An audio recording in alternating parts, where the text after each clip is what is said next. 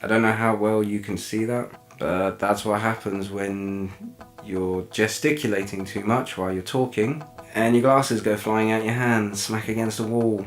Hello, I hope you're well. So yeah, don't mind me, this is just my my back to work clothes, back into the day job, because full disclosure, it's not actually Monday the 8th of January right now, where I'm sitting at this moment. It's Tuesday the 2nd of January.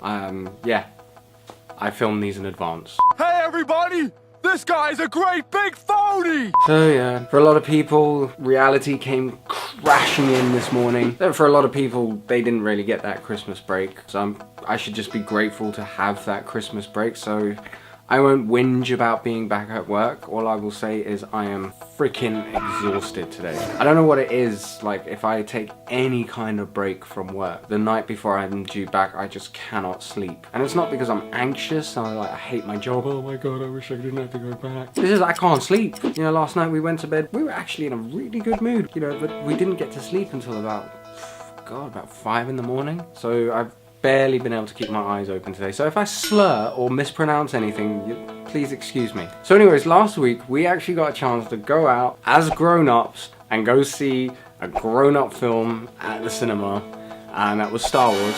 I won't talk about my feelings on the movie, mostly because it doesn't matter which way I go. If I go extremely positive or extremely negative, or anywhere in the middle, it doesn't matter. I'm gonna get death threats and all sorts and everything, so I will keep that to myself. But what I would like to talk about is the Porgs. From the moment the Porgs appeared in the trailer, immediately everyone said the same thing: merchandising! First of all, if you have any kind of problem with Star Wars and merchandising, then you really haven't been paying attention. I mean, the entire George Lucas empire was built on merchandising. That's how he made his fortune. Because when Star Wars came out, merchandising was like a nothing industry. It didn't make enough money to even be noticed. So when he was kind of negotiating his contract, one of the things he stipulated in his contract was that he got all royalties for merchandising. And that's why he merchandised the shit out of the original trilogy. If they were in frame at any point during the original trilogy, that character, doesn't matter how inconsequential or background they were, they got a figure. So you cannot complain about Star Wars and merchandising. Fact is, if you're going to take a hard line on Porg merchandising, then do me a favor, get rid of any R2-D2s you might have lying around, or maybe a Kylo Ren mask, or a Darth Vader mask, or a lightsaber, or your Lego Millennium Falcon, or any of that stuff. Get rid of it. You can't pick and choose which things are okay to merchandise and which aren't within a property. Simple as. And quite frankly, if the Star Wars saga can survive Jar Jar Binks, I'm sure it can survive the Porgs. And let's face it, no spoilers here, but it's not as though there was any moment in the film where some heroic Porg stood up and went, "We must take it to the First Order. Will you join me?" and just leads an army of Porgs after Kylo Ren. And secondly, the Porgs, they're actually in the film for a very important reason. And I will tell you why. Just a heads up, there will be no spoilers. Nothing I talk about right now has not already been established in the previous film or just in the trailer alone. So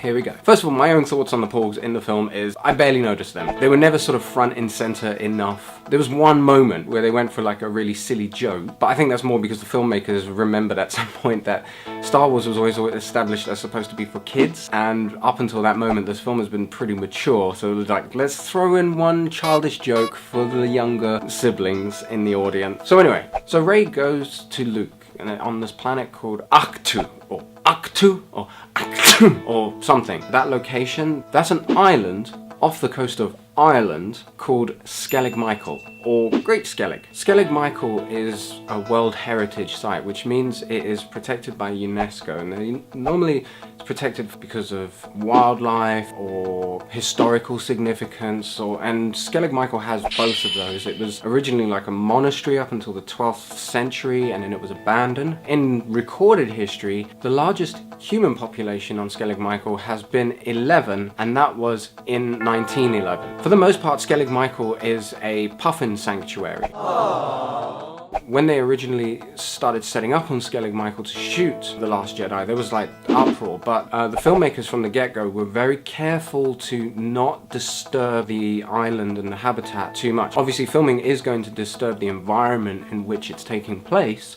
but they were contractually obliged to keep that to a minimum, which meant they had to film very carefully around a puffin population. So what are your options? Either you find another location, but I mean, Jesus, look at that place. It is perfect. Again, doesn't matter what your thoughts on the film, on the story, on the acting, on the or whatever, that was a great location. So yeah, 2, you disturb the puffins in their natural habitat, and therefore get sued the arse off by the Irish government and have to probably find somewhere else to film anyway. 3, you digitally remove all signs of puffins from the background, but we all know how badly it can go when digitally removing something both constant and innocuous. Plus, you run the risk of maybe missing like a couple and they end up in the final edit, and for the most part the audience may not even notice it, but then you'll still get people going, what were those in the background? I wonder if those are some sort of Star Wars-like creature that haven't been explained yet, and maybe we'll find out at another time, or they're in the books, or blah blah blah. You end up just having people speculating anyway. So yeah, Porgs, they were annoying, but you know, it's a much easier route to go down. And ultimately, the whole merchandising angle was probably what convinced them to be okay with the puffins and the restrictions and this, that, and the other. Anyway. Ran over. I don't know why that got under my skin so bad. I think it's just because everything I've read and looked at, the first thing anyone brings up is Porgs and cynical merchandising. It's like somehow whatever their view on the film is, they have to sort of qualify their opinion by shitting on something as inconsequential as a little cute thing that pops up every now and then. The next time I watch that film, I'm just gonna sort of keep track of the total screen time Porgs take up in the film, and then we can just drop the argument. Done. So before this video gets too long and before it gets too late, because I am shattered, I just want to go to bed. So thanks for dropping by, thanks for watching. If you don't already, then please subscribe. We're growing, we've got other things launching and other things brewing in the background, so it's all going to be a very exciting year for us on this channel and our other channels we're launching. So have an awesome week, and yeah, take care. Speak to you soon. Goodbye.